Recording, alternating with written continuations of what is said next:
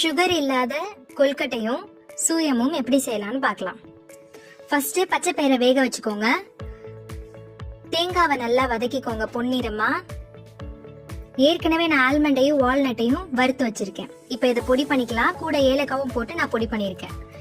டேட்ஸையும் black கிரேப்ஸையும் ஊற வச்சிருக்கேன். ஊற வச்சதை லைட்டா கிரைண்ட் பண்ணிட்டு 1-2 மறுபடியும் நம்ம கொஞ்சமா நெய் ஊத்தி இதை நல்லா வதக்குறோம், ஹீட் பண்றோம். ஹீட் பண்ணும்போது அது நல்லா நமக்கு உருண்டை பிடிக்கும் போது நல்லா பிடிக்க ஈஸியா இருக்கும். பச்சை பயிரையும் போட்டு அதோட மிக்ஸ் பண்ணி வதக்குறோம். இப்ப பூரணத்துக்கு இது 3யுமே ஆல்ரெடி செஞ்சு வச்சிருக்கேன். இந்த தேங்காய், நட்ஸ், அதுக்கப்புறமா இப்ப ரெடி பண்ண டேட்ஸையும் பச்சை பயிறு எல்லாத்தையும் மிக்ஸ் பண்ண போறோம். மிக்ஸ் பண்ணிட்டு சின்ன சின்ன பால்ஸா இதெல்லாம் பூரணத்துக்கு நம்ம ரெடி பண்ணிக்கலாம். ரெடி பண்ணதுக்கு அப்புறமா ஒரு பவுல்ல மைதா, உப்பு, மஞ்சத்தூள், baking soda or baking powder கொஞ்சம் போட்டு நல்லா மிக்ஸ் பண்ணி இந்த கன்சிஸ்டன்சில நம்ம வச்சுக்கணும். இதுதான் நம்ம கோட்டிங்க்கு யூஸ் பண்ண போறோம். ஸோ சூயத்துக்கு கோட்டிங் ரெடி ஆயிடுச்சு. இப்போ ஆயிலை ஹீட் பண்ணிட்டு சைடில் இந்த மாதிரி நமக்கு தேவையான எல்லா பால்ஸையும் ரெடி பண்ணியாச்சு. இப்போ ஆயில் நல்லா சூடானதுக்கு அப்புறம் தான் நம்ம இதெல்லாம் உள்ள போடணும், இல்லைன்னா சரியா வேகாது, பிரிஞ்சிடும். ஸோ நல்லா மிக்ஸ் பண்ணிக்கணும் கோட்டிங்கை.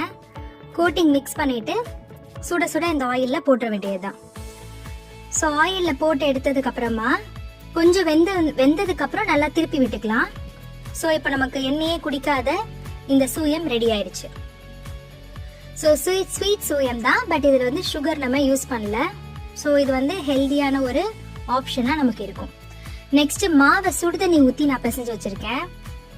பச்சை அரிசி மாவை உப்பு போட்டிருக்கேன். நல்லா சாஃப்டா இந்த மாதிரி மாவை நீங்கள் பிசைஞ்சதுக்கு அப்புறமா இந்த டெக்ஸ்சர், இந்த திக்னஸ்க்கு நம்ம மாவை ரெடி பண்ணி பூரணத்தை உள்ள வச்சு இப்படி கொல்கட்டை ரெடி பண்ணிடலாம். கொல்கட்டை ரெடி பண்ணதுக்கு அப்புறம் இட்லி சட்டியில வேக வச்சு எடுக்கிறோம். ஸோ அதே பூரணத்தை வச்சு நம்ம சூயமும் இதுவும் பண்ணிட்டோம்.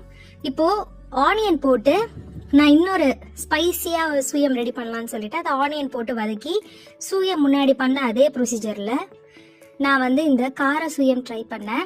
இதுவும் ரொம்ப நல்லா இருந்துச்சு. இது வித் சட்னி சாப்பிட்டா நல்ல ஒரு டிஃப்ரெண்டான ஒரு டேஸ்ட்ல இருக்கு. ஸோ சுகரே இல்லாம விநாயகர் சதுர்த்திக்கு நம்ம 2 விதமான சூயம் பண்ணோம். இது ஸ்பைஸான சூயம், இதுவும் நல்லா எண்ணெய் குடிக்காம வந்திருக்கு. டேஸ்டும் ரொம்ப நல்லா இருந்தது. ஸோ சூயம், கார சூயமும் ரெடி, ஸ்வீட் சூயமும் ரெடி. இது எப்படி இருக்குன்னு ட்ரை பண்ணி பாருங்க.